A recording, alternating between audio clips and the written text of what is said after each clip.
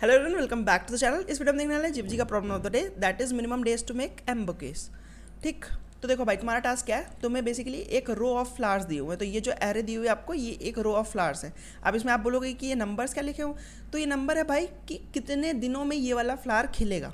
तो बेसिकली अभी आपने बीज बोए हुए हैं खाली सारे, और आपको ये नंबर दिया हुआ है। तो बेसिकली ये पहला वाला फ्लावर आपका 3 दिन बाद खिलेगा, चौथा वाला फ्लावर आपका चौथे दिन खिलेगा, दूसरा वाला बेसिकली ये वाला फ्लावर आपका 2 दिन बाद खिलेगा, और ये 7th वाला 7 दिन बाद खिलेगा। तो बेसिकली आपको हर एक फ्लावर के लिए लिखा हुआ है कि भाई ये फ्लावर कितने दिन में खिलेगा, कौन से दिन पे खिलेगा। ये 13th डे पे खिलेगा, ये 8th डे पे खिलेगा।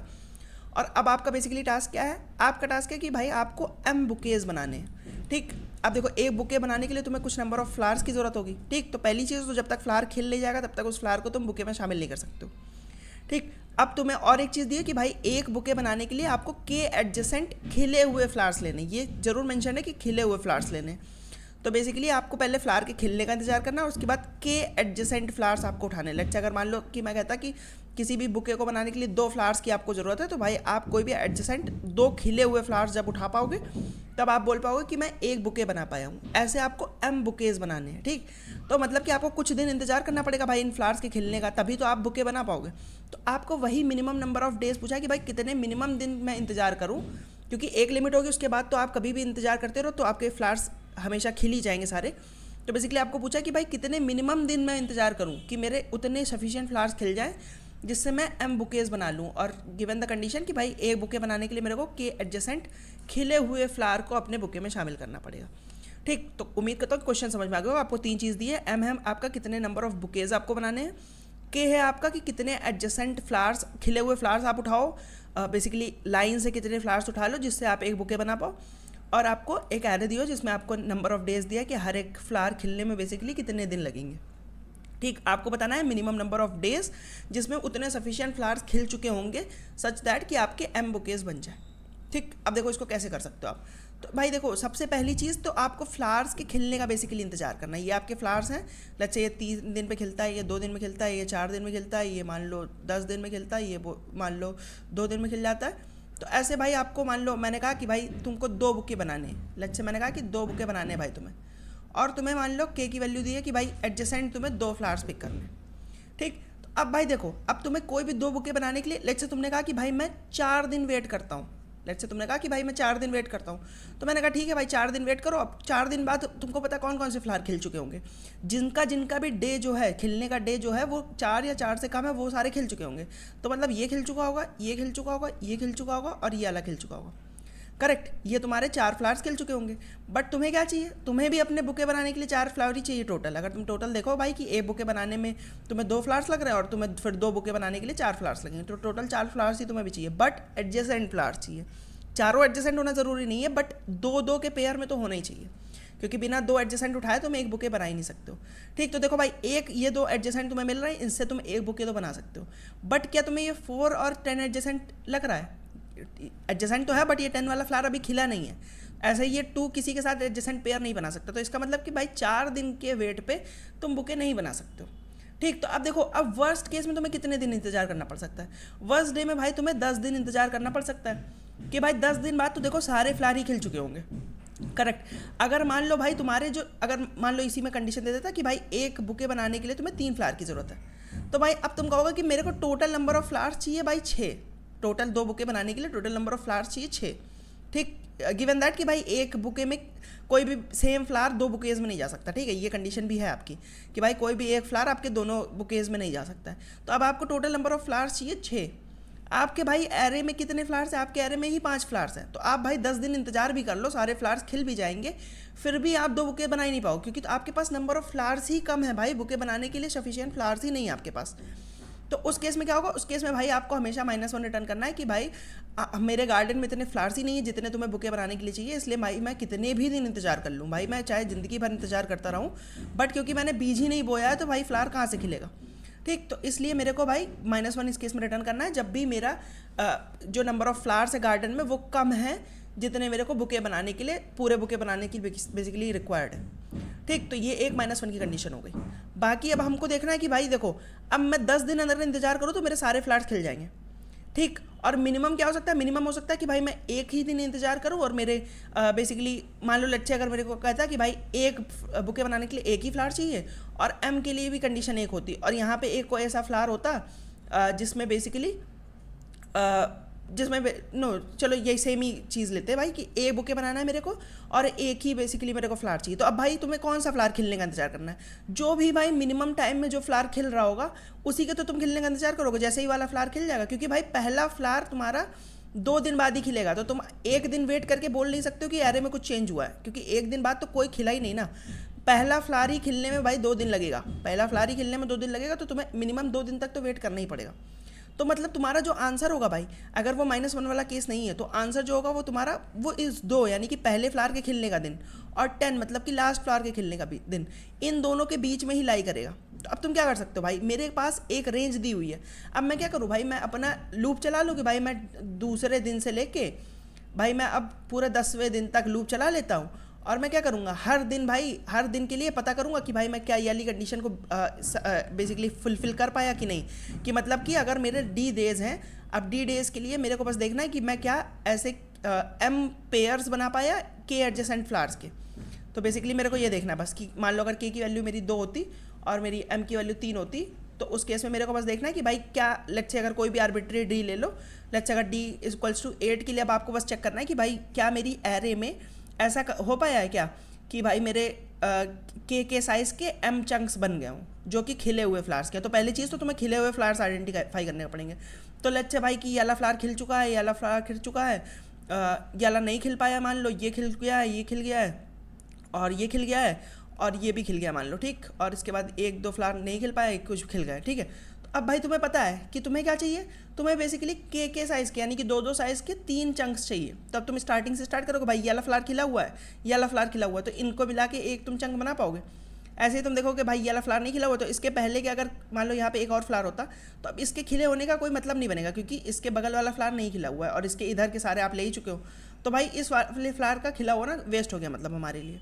यहाँ पे देखोगे आप भाई कि एडजेसेंट 2 खिले हुए हैं क्या, हाँ एडजेसेंट 2 खिले मिल गए। फिर यहाँ पे देखोगे एडजेसेंट 2 खिले हुए हैं क्या, हाँ एडजेसेंट 2 खिले हुए हैं। तो इसका मतलब भाई कि d = 8 के लिए आपको पता चल गया कि हाँ भाई 3 बुके मैं बना सकता हूँ, गिवन दैट कि 2-2 के पेयर में मेरे को चाहिए adjacent bouquet, adjacent flowers basically, ठीक। तो अब हमें ये पता चल गया कि भाई कोई भी एक रैंडम सा डी अगर हमारे पास होगा तो उसके लिए हम अपना फिगर आउट कर सकते हैं कि इसके लिए आंसर यस है कि नहीं। तो बस अब d = 2 से लेके हम बेसिकली मिनिमम ऑफ एरे से लेके मैक्सिमम ऑफ एरे तक अपना लूप चला ले अगर, तो भाई मेरे को पता चल जाएगा कि बीच में जैसे ही पहला कोई भी ऐसा आदमी मिलेगा जिसके लिए ये कंडीशन ट्रू होगी, वही मेरे को पता है कि यही मिनिमम नंबर ऑफ डेज होगा, ठीक। अब इसके लिए लेकिन आपको भाई मिनिमम ऑफ एरे से लेके मैक्सिमम ऑफ एरे तक लूप चलाना पड़ रहा है, जो कि हमारा अगर कंस्ट्रेंट हम देखें, कंस्ट्रेंट भाई क्या है हमारे, तो एरे ऑफ आई आपका 10⁻9 तक हो सकता है। तो भाई अगर मान लो कि मिनिमम ऑफ एरे मेरा 1 है और मैक्सिमम ऑफ एरे मेरा मान लो 10⁻9 है, तो भाई अब तुमको पूरा 1 से लेकर 10⁻9 तक का लूप चलाना पड़ रहा है। वर्स्ट केस में ऐसा हो सकता है कि भाई ये 10⁻9 के लिए ही आपका आंसर आए, या फिर आंसर या 10⁻9 के लिए बेसिकली मान लो आंसर है, तो उस केस में आपको पूरा 1 से लेकर 10⁻9 साइज़ का लूप चलाना पड़ेगा, जो कि आपका फीजिबल नहीं है, ठीक। बट अगर हम थोड़ा सा इंट्यूशन देखें तो भाई हमें एक बहुत ही तगड़ा सा अप्रोच मिल सकती है। वो इंट्यूशन क्या है कि भाई देखो मैंने कहा कि भाई मेरा आंसर तो हमेशा मिनिमम से लेके मैक्सिमम के बीच में लाई करेगा, ठीक। अब मैं एक और आपको इंट्यूशन दिखाना चाहूँगा कि भाई लेट्स से मैंने कहा कि भाई कोई डीएथ डे के लिए मैं देख रहा हूँ कि भाई पॉसिबल है कि नहीं मेरा ऐसे के एडजेसेंट बेसिकली चंक्स उठाना, एम एडजेसेंट चंक्स उठाना जिनका बेसिकली हर एक का साइज़ के हो, ये पॉसिबल है कि नहीं। तो 2 कंडीशन हो सकती है, या तो मान लो पॉसिबल होगा या तो मान लो भाई पॉसिबल नहीं होगा। अगर मान लो डी के लिए पॉसिबल है तो भाई आप बोल सकते हो कि अगर मान लो भाई डीएथ डे पे इतने फ्लावर्स खिल चुके हैं कि आप ऐसे चंक्स बना लिए हैं, तो भाई मैं कहूँगा कि D+1 डे पे भी आप बना लोगे, D+2 डे पे भी आप बना लोगे, और ऐसे करते करते बेसिकली आप पूरे मैक्स तक सारे डेज में अपने इतने सफिशिएंट चंक्स बना पाओगे कि आपके एम बुकेज बन जाए, क्योंकि आप डीएथ डे पे ही बना पाए हो, गिवन दैट कि भाई उस पर यस आया है डीएथ डे के लिए, तो आप D+1 से लेके बाकी सबके लिए भी बना लोगे, ठीक। तो इस केस में आपको क्योंकि आंसर को मिनिमाइज़ करना है कि भाई कितने मिनिमम डेज में, तो इसलिए आपका आंसर अब आपको पता है कि भाई इधर ही लाई करेगा, यानी कि अगर आपने डी के लिए चेक कर लिया है तो आपका आंसर ये मिनिमम से लेकर D-1 तक ही लाई करेगा, करेक्ट। ये चीज़ आपको समझ में आ रही होगी कि भाई अगर इधर के सारे आंसर पॉसिबल हैं बट मेरे को मिनिमम चाहिए, तो मेरे को हमेशा आंसर इस वाली रेंज में चाहिए, तो मैंने अपना सर्च स्पेस को बेसिकली रिड्यूस किया है, ठीक। अगर दूसरी चीज़ देख लो भाई, आपने कहा कि मान लो डी के लिए पॉसिबल नहीं है, डी के लिए पॉसिबल नहीं, तो मैं कहूँगा भाई कि अगर डीएथ डे पे पॉसिबल नहीं था तो डी से एक दिन पहले भी पॉसिबल नहीं होगा, डी से 2 दिन पहले भी पॉसिबल नहीं होगा। क्यों? क्योंकि भाई डी पे तो पिछले दिन से ज़्यादा ही फ्लावर खिले होने की चांसेस है, पिछले दिन से कम फ्लावर तो नहीं, बेसिकली पिछले दिन से कम फ्लावर तो नहीं खिलेंगे। मतलब कि अगर मैं कहूँ कि भाई 5वें दिन चौथे दिन से ज़्यादा ही फ्लावर खिले होंगे, क्योंकि ऐसा हो सकता है कि कुछ फ्लावर्स को 5वें दिन खिलना हो तो वही खिल सकते हैं, बट ऐसा कभी नहीं होगा कि भाई 5वें दिन कुछ फ्लावर मुरझा गए, ऐसा नहीं हो रहा है ना हमारे केस में। तो बेसिकली चौथे दिन से ज़्यादा फ्लावर्स 5वें दिन में खिले होंगे, और 5वें दिन पे ही पॉसिबल नहीं है अगर, तो चौथे दिन पे भी पॉसिबल नहीं होगा। ऐसे ही तीसरे दिन पे भी पॉसिबल नहीं होगा। तो बेसिकली आप कह सकते हो कि भाई ये वाली जो मेरी रेंज है, ये मेरी रेंज अब पॉसिबल ही नहीं होगा, इस रेंज में एक भी मेरा आंसर नहीं हो सकता है। बट क्योंकि मेरे को एक ना एक आंसर तो चाहिए, तो इसलिए मैं क्या करूँगा, अब भाई मैं अपनी आगे वाली रेंज में कोई आंसर फाइंड करने की कोशिश करूँगा, यानी कि D+1 से बेसिकली मैक्स के बीच में कोई आंसर फाइंड करूँगा। और ये जो चीज़ है इसी को मोनोटोनिसिटी बोलते हैं, कि भाई किसी एक डी के लिए लेट से आपको भाई आंसर पता चल गया, किसी एक डी के लिए आपको दोनों केसेस पता चल गया कि भाई या तो पॉसिबल है या तो पॉसिबल नहीं है, तो आप उस केस में अपनी रेंज को बेसिकली हाफ कर पाओ। अगर अपनी रेंज को आप किसी तरीके से हाफ कर पा रहे हो और एक तरफ की रेंज को सब्सटीट्यूट कर पा रहे हो, गिवन दैट कि हाँ भाई ये या तो ये सारे ही होंगे या तो ये एक भी नहीं होगा, तो इनमें देखने का कोई मतलब नहीं बन रहा है। तो मतलब कि आप अगर हर बार अपना एक रेंज को एक तरफ का हाफ बना पाओ, तो उस केस में आप क्या लगा सकते हो, उस केस में आप बाइनरी सर्च लगा सकते हो, क्योंकि इस केस में आपका भले ही एरे सॉर्टेड नहीं है, और एरे को सॉर्ट कर भी नहीं सकते हो क्योंकि आपको एडजेसेंट फ्लावर्स उठाने। तो लेकिन आपको ये दिख रहा है कि भाई मेरा जो आंसर था वो मेरा आंसर एक रेंज में लाई कर रहा था।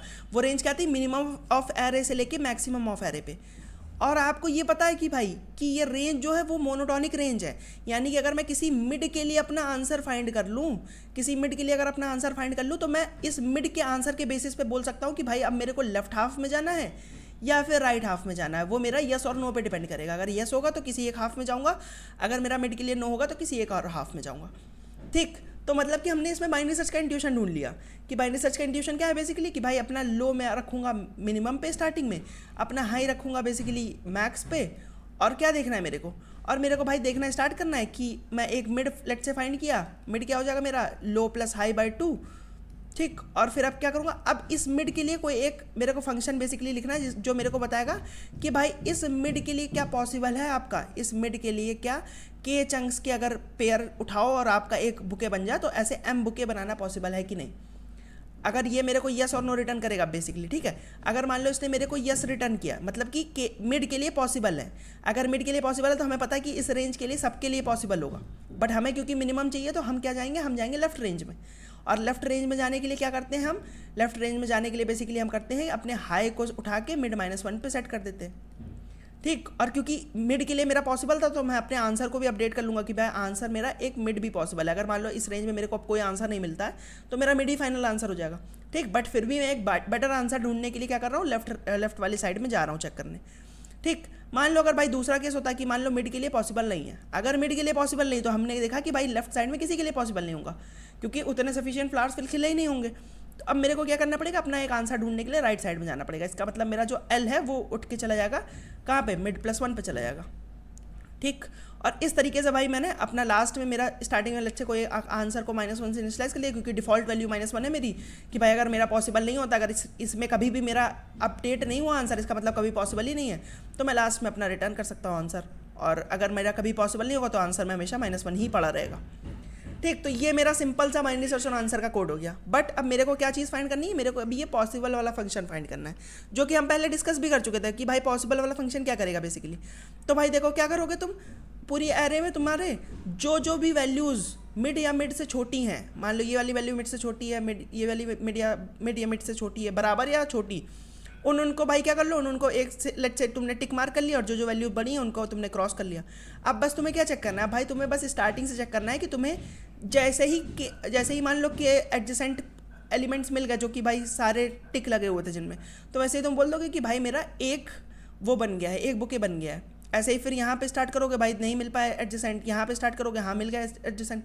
तो भाई ऐसे तुम टिक लगाते जाओ कि एक एक मेरे को मिलते जा रहे हैं एडजेसेंट पेयर, जिससे मैं एक बुके बना सकता हूँ। तो ऐसे ही बस तुम्हें एट द एंड काउंट करना है कि भाई क्या तुम m बुकेज बनाने में सक्सेसफुल रहे कि नहीं। अगर तुम बनाने में सक्सेसफुल रहे तो अपना आंसर बेसिकली तुम पॉसिबल में से यस रिटर्न कर दोगे, अदरवाइज तुम नो रिटर्न कर दो। ठीक, तो इसको अगर एक बार हम कोड में देखने की कोशिश करें तो देखो भाई, इसका कोड तो मैंने तुमको लिख के दिखाई दिया, इसका कोड तो अभी वहाँ पे भी सेम चीज़ लिखी कि भाई लो और हाई में मेरा मिन और मैक्स वैल्यू चली जाएगी और आंसर को -1 से इनिशियलाइज कर दूंगा। फिर यहाँ पे पूरी बाइनरी सर्च लगाऊंगा, हर एक मिड के लिए अपने पॉसिबल वाले को कॉल करूंगा, अगर पॉसिबल है तो मतलब कि एक मेरा आंसर है, और अब हमेशा लेफ्ट साइड में फाइंड करूंगा, अदरवाइज मैं अपना राइट साइड में फाइंड करूंगा और लास्ट में अपना आंसर रिटर्न कर दूंगा। ठीक, तो ये तो सिंपल सी चीज़ है।